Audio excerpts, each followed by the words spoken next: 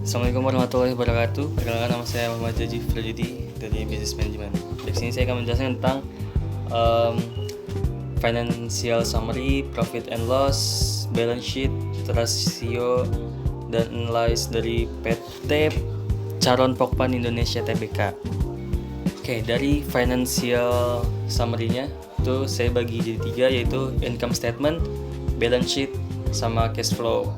Nah, kalau dari income statement-nya sendiri, dari yang saya lihat, ekspansi pasarnya tuh sangat sehat. Kenapa? Karena dilihat dari revenue-nya itu, dia konsisten naik dari angka 42,5 juta di tahun 2020 naik ke 67,4 juta di tahun 2024. Dan lonjakannya itu cukup tinggi di tahun 2024 dari angka 2,3 juta ke 3,7 juta.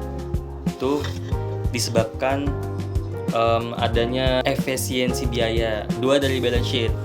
Kalau dilihat dari liability-nya di tahun 2024 ada penurunan dari 11,1 juta ke 8,5 juta. Berarti itu perusahaan tersebut berhasil melunasi kewajiban jangka pendeknya.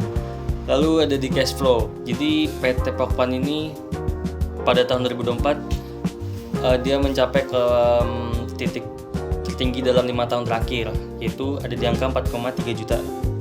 Itu berarti mereka menghasilkan uang tunai nyata. Oke, selanjutnya dari profit and loss.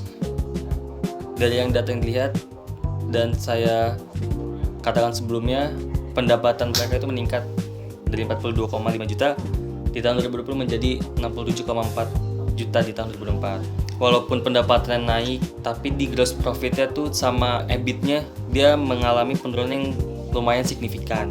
Tapi di tahun 2024 dia mengalami titik dimana itu yang sangat baik, yang laba bersihnya tuh naik sekitar 60,14% dan EBITDA-nya naik menjadi 49,90%. Lalu dilihat dari balance sheet-nya, asetnya cukup bagus, dia tumbuh konsisten dari 2020 hingga 2024. Tapi di setiap tahunnya tuh persediaannya terus meningkat.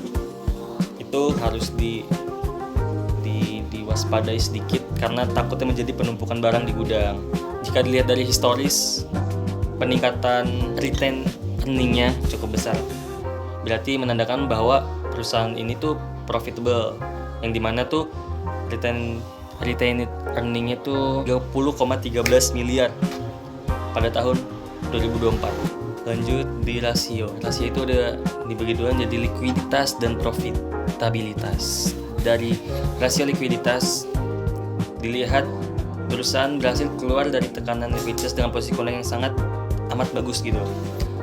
Dan dari ada kemungkinan dari perusahaan tersebut tuh dia fokus untuk menjaga efisiensi modal agar jumlah kas yang besar tersebut bisa dikonversi menjadi pertumbuhan pendapatan. Lalu selanjutnya rasio profitabilitas. Jadi perusahaan ini berhasil meningkatkan keuntungannya kembali dan mereka memiliki cadangan tunai yang cukup banyak. Tapi di sisi lain utangnya meningkat. Karena apa? Karena mereka mendukung kebutuhan operasional mereka. Oke, yang terakhir yaitu analyze. Jadi saya mengcompare CPIN ini dengan pertama Java, kedua dengan PT Indofood. Dimulai dari CPIN-nya. Jadi di Pokpan ini mereka memiliki tingkat likuiditas yang tinggi dan stabil, jauh di atas rata-rata kalau di-compare dengan Java dan Indofood.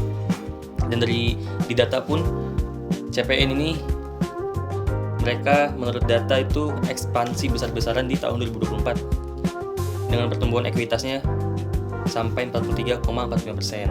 Lalu dari perusahaan Java, mereka sangat kayak bergantung pada penjualan inventory mereka untuk memenuhi kewajiban jangka pendek. PT Java juga memiliki beban utang yang tinggi, berisiko pada fluktualitas suku bunga. Sedangkan dari PT Indofood, mereka menunjukkan perbaikan likuiditas yang konsisten. Indofood lebih kuat daripada saingannya, daripada ini nih CPIN dan Java, karena sangat bagus menjaga margin mereka stabil di angka 33 sampai 35%.